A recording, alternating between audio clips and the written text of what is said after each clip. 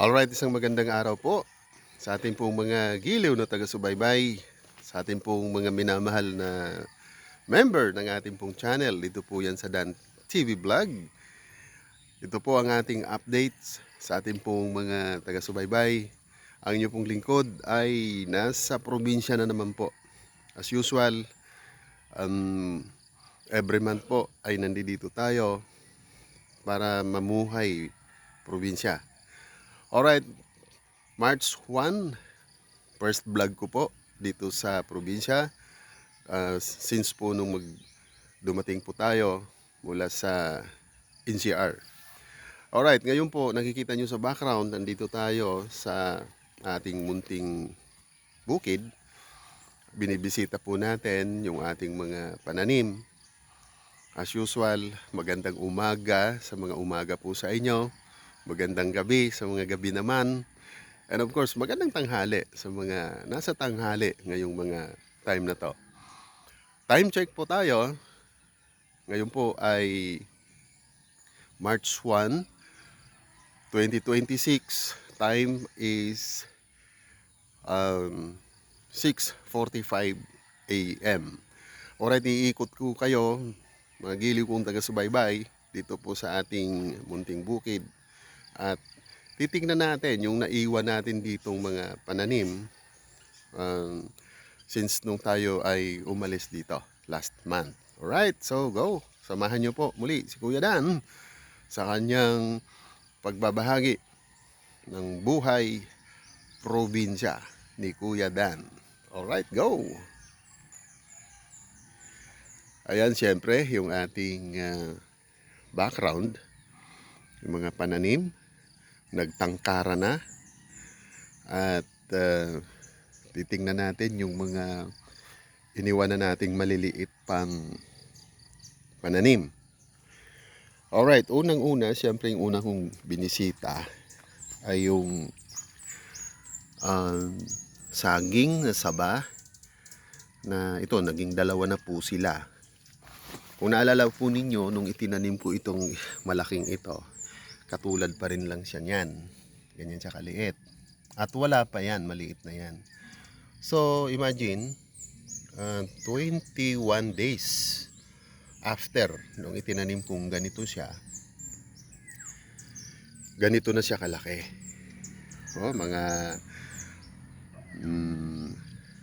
2 feet na ang tangkad niya. At matabang mataba ang tubo. At nagkaroon na siya ng suloy, sabi sa Tagalog, na malalim na Tagalog. Iwan ko po sa local dialect ninyo, mga kababayan, kung anong tawag ninyo dyan. Dito sa Bicol, supang. Tagalog, suloy. Sa English, i-search mo natin. Comment na lang po kayo kung anong tawag dyan. Na naging dalawa na po sila. Alright, so dito naman, yung iniwanan natin ng mga 5 inches na patola, ngayon po, ito na po siya. Gumagapang na. Nasa almost 2 feet na rin, 2 feet na rin ang haba niya. Yan po ay patola. O, patola, general term sa ating mga Pilipino.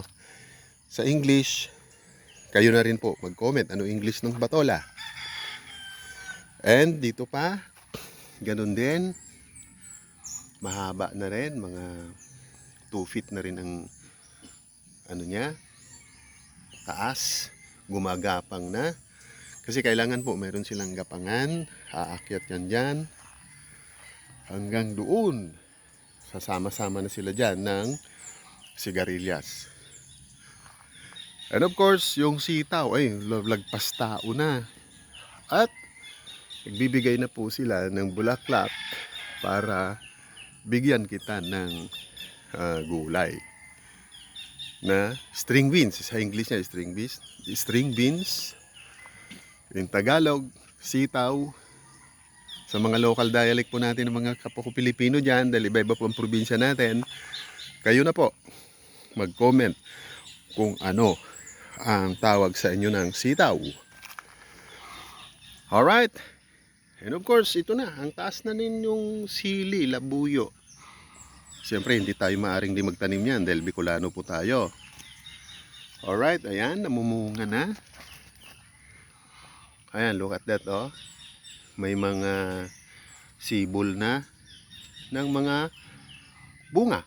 Ayan po, nagbubunga na siya, oh. Wow naman, oh, yan. Nagbubunga na, start na, tuloy-tuloy na po yan. And here, the same.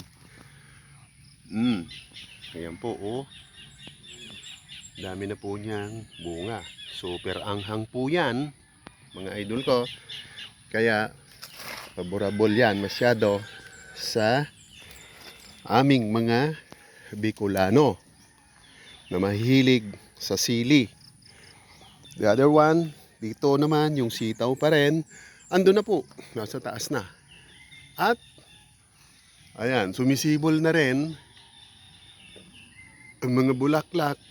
Meaning, susunod niyan ay bunga na. Alright, so tuloy tayo dito. Oh, naghanda haba-haba na yung mga sitaw. Ayan. Paakyat na doon.